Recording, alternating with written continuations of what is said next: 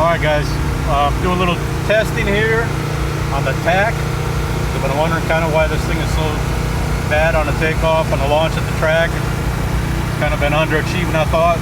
So anyway, there's 4,000 on the factory tach,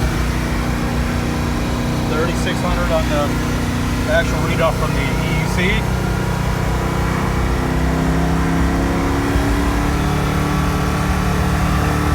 There's 5,000. 4,700, 6,000, 500. So I think I found part of the issue, aside from the 373 gear, why it kind of when it takes off at the track when you launch it. So next time I have to remember to do some ciphering and get her at the right shift points and the right launch RPM. We'll let you know how that goes. Later.